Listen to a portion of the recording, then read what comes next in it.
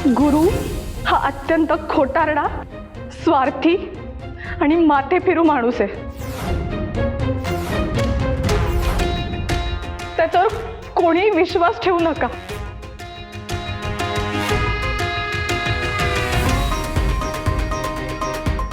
I hope तुम्हाला तुमच्या प्रश्नांची उत्तरं मिळाली असतील. गुरुने हेही सांगितले की माईसाहेबांनी तुमचं लग्न त्यांच्या स्वार्थासाठी तुम्हाला धमकावून लावून दिले आणि तेही तुम्ही त्यांच्या दबावाखाली येऊन केले. याचा साक्षीदार गुरु सुद्धा आहे.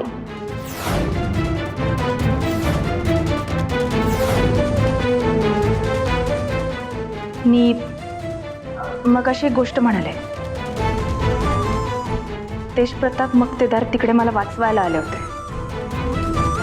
आता तुम्हीच सांगा, ज्या व्यक्तीने तुम्हाला संकटातून वाचवलंय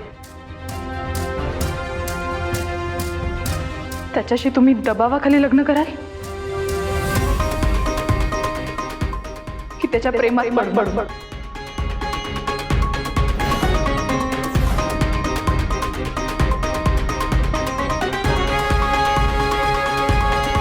जर माईसाहेब मक्तेदारांचा यात काही स्वार्थ असता तर त्यांनी तेजप्रतापांचं लग्न एका मोठ्या पॉलिटिकल घरातल्या मुलीशी लावून दिलं असतं ना.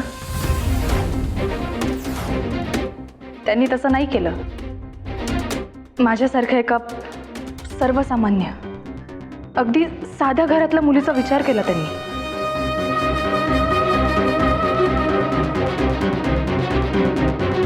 आणि फक्त माझा नाही, माझ्या मोठ्या बहिणीचा, ह्या माझ्या मैत्रिणीचा आणि गावातल्या अनेक लोकांचं लग्न त्यांनी लावून दिलं. मग ह्यात त्यांचा काय स्वार्थ असेल?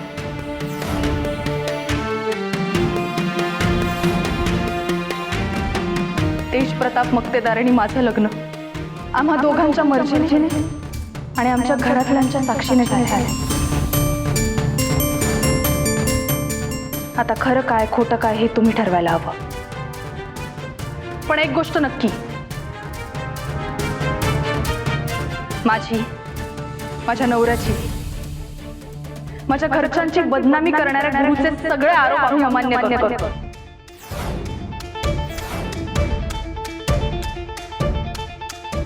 याची रीतसर कंप्लेंट आम्ही देऊच, पण ह्या सगळ्यावर कठोर कारवाई केली जावी अशी आमची नम्र विनंती आहे.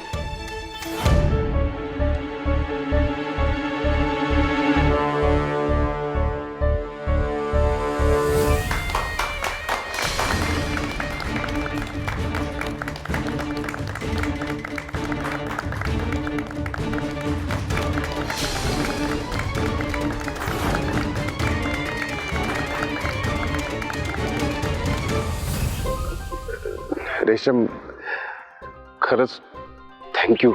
थँक्यू काय त्यात? म्हणजे तू आलीस आणि येशू, खरंच थँक्यू. बरोबर बोलतोय तो. ऐक ना, तू एवढं सगळं कबूल केलंस, खरं सांगितलंस, याने तुझ्या घरी काही प्रॉब्लेम नाही होणार ना? नाही नाही, काही काळजी करू नको. मी सगळं सांगितलंय घरी. नक्की ना? वैदू, दीपक खूप चांगले आहेत. Good. Reshu, thank you so much. तू वेळात वेळ काढून आलीस. जर आज तू आली नसतीस ना, मला नाही माहिती मी कसं फेस केलं असतं हे सगळं. आणि मी इतक्या अर्जंटली तुला बोलवलं अचानक. I am so sorry. मला नाही, अजिबात नाही. काय थँक्यू सॉरी? अगं, तू बोलवलंस आणि मी येणार नाही असं होईल का? वैदू, तू किती प्रामाणिक आहेस, खरी आहेस हे मला माहिती आहे. आणि तुझ्या प्रामाणिकतेवर जर बोट ठेवलं जात असेल ना, तर ते मला नाहीच आवडणार. माझ्या कठीण काळात तू मला साथ दिली आहेस हे मी आयुष्यभर विसरू शकत नाही. आणि त्यात त्या गुरुने असा घाणेरडा आळ लावलाय हे जर मला आधी कळलं असतं ना, तर मी स्वतःहून आले असते. खरंच खूप नीच आहे तो. पण ठीक आहे, जे झालं ते चांगलंच झालं. निदान त्याचं सत्य तरी सगळ्यांसमोर आलंय. तुम्हाला कधी जेजू म्हणावं लागेल असं वाटलं नव्हतं?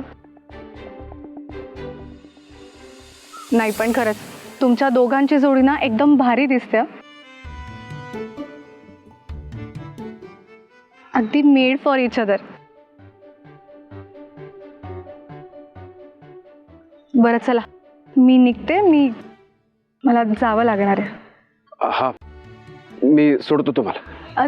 नाही नाही, मी गाडी बोलवली आहे, मी जाईन. कुठे चाललीस तू? पुण्याला. काय आज थांबणार नाहीयेस? अच्छा, म्हणजे जिजूंशिवाय करमत नाहीये वाटतं तुला. काही काय बोलते, काम आहे माझं म्हणून जावं लागतंय. काळजी घे. तू पण. भेटायला लवकर ये. आणि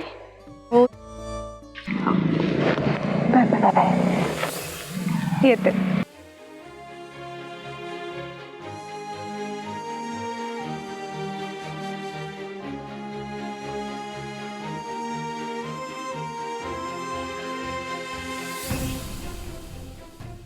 मी आलोच.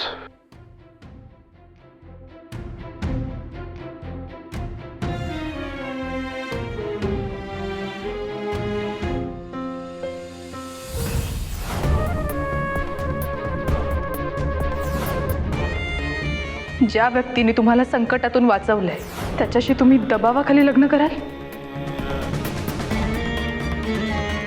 की त्याच्या प्रेमात पडून?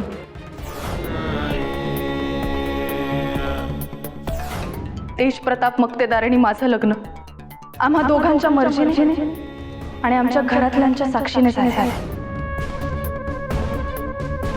माझ्या सासूबाईंची, आमच्या पूर्ण कुटुंबाची बदनामी करणाऱ्या गुरुचे सगळे आरोप आम्ही अमान्य करतोय. पण ह्या सगळ्यावर कठोर कारवाई केली जावी अशी आमची नम्र विनंती आहे.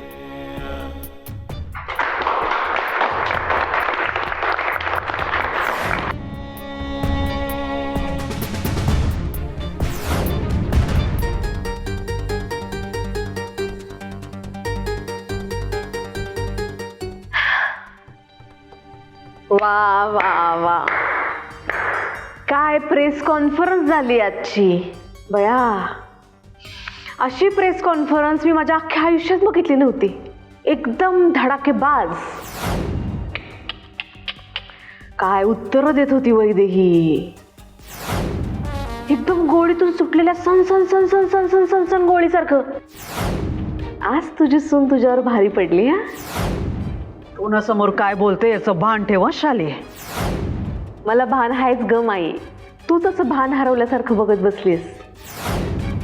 आणि काय चुकीचं बोलले मी? मला सांग ना, आजच्या पिक्चरची हिरोईन कोण ठरली? वैदेही. प्रेस कॉन्फरन्स कोणाची होती? तुझी. भाव कोण खाऊन गेला? वैदेही. तुझ्या आजच्या राजकारणाच्या आखाड्यात का नाही ती सिनियर आणि तू ज्युनियर.